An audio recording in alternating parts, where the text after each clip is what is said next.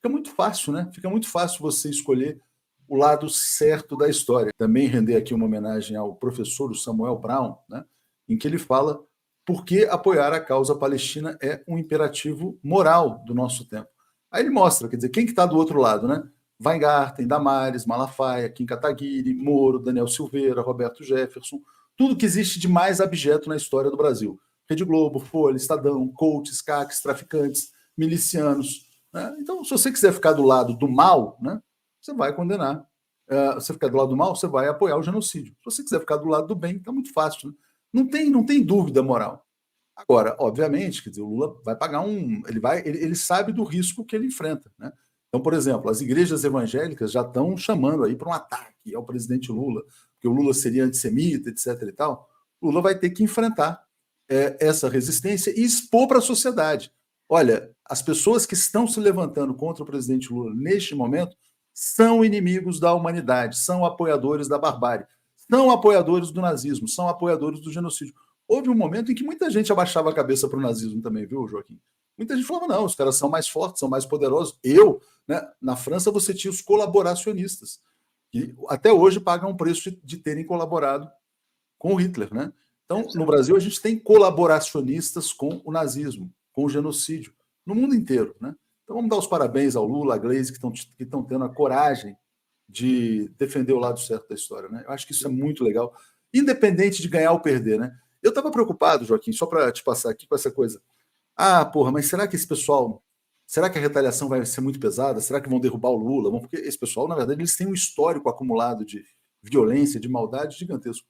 Acho que o Lula chegou naquela fase da vida, 78 anos de idade, né? Ele tem toda a autoridade falando, não vou ficar do lado certo da história e que venham as consequências, né? Então acho que é isso. Acho que a gente tem que ser assim também, sabe? Pegar isso aí como inspiração e fazer o certo, né? O que vai acontecer, aí depois a gente vê a cada dia. Diga, Joaquim. Muito bacana isso.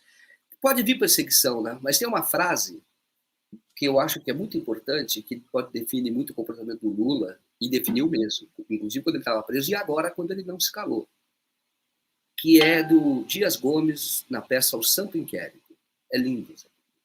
Porque o opressor, naquela ocasião, na peça, o opressor é a Inquisição, a católica, a Inquisição, e tem alguém que foi condenada e ia para a fogueira, que era um cara que tinha tudo todo pela frente, e a noiva dele vai pedir para ele dizer o que queriam que ele dissesse. Tá? E aí ele diz, essa é a frase que define o comportamento do Lula e de todos nós. Há um mínimo de dignidade que não se pode negociar, nem mesmo em troca do sol, nem mesmo em troca da liberdade. Eu acho linda essa frase, que isso é um mote de vida pessoal, e eu sei que isso move o Lula quando ele dizia: não troco a minha dignidade pela liberdade, nem pela liberdade. A minha dignidade vai ser mantida. Então, é claro que quando nós entendemos a posição do Lula, gostaríamos até que fosse mais agressivo. Mas ele tem limitações como agente de Estado, e tem que ser assim. É diferente o peso da palavra do Lula da nossa palavra. Agora, o Lula avançou muito. Ele vai no limite de onde um chefe de Estado pode entrar. Pode ir, na minha visão. Ele vai nesse limite. E ainda bem que ele vai. Isso não é novidade, viu?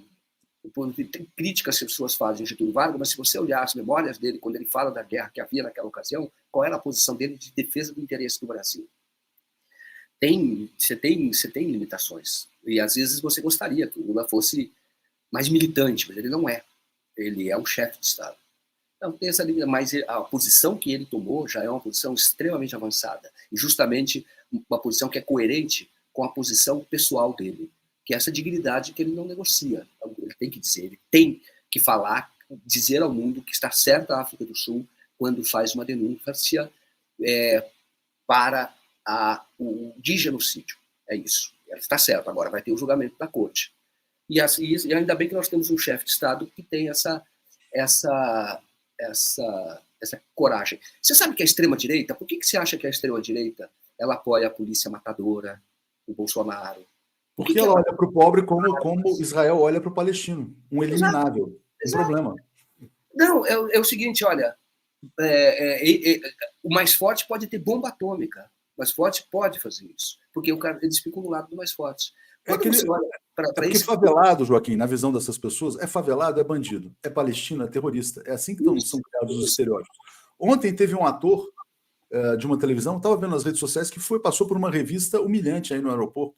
Por quê? Porque é negro, tal, tem o cabelo, enfim. Né? Ou seja, não desfruta do nosso privilégio branco, vamos dizer assim, né? Ô, Léo, vou dizer uma coisa para você. Quando falam isso, eu viajo bastante de avião. Eu nunca sofri esse tipo de revista. Lógico, você é branco. Nunca. Nem perto. Entendeu? Nem perto. Eu falo para você, então, é claro que isso tem um componente racial. Agora, esse pessoal, que eu quero dizer que eles estão apoiando Israel, porque eles apoiam, imobilizado por essa mídia, é sempre o mais forte massacrando o mais fraco. Eles são covardes, eles no fundo, eles precisam ter uma força opressora.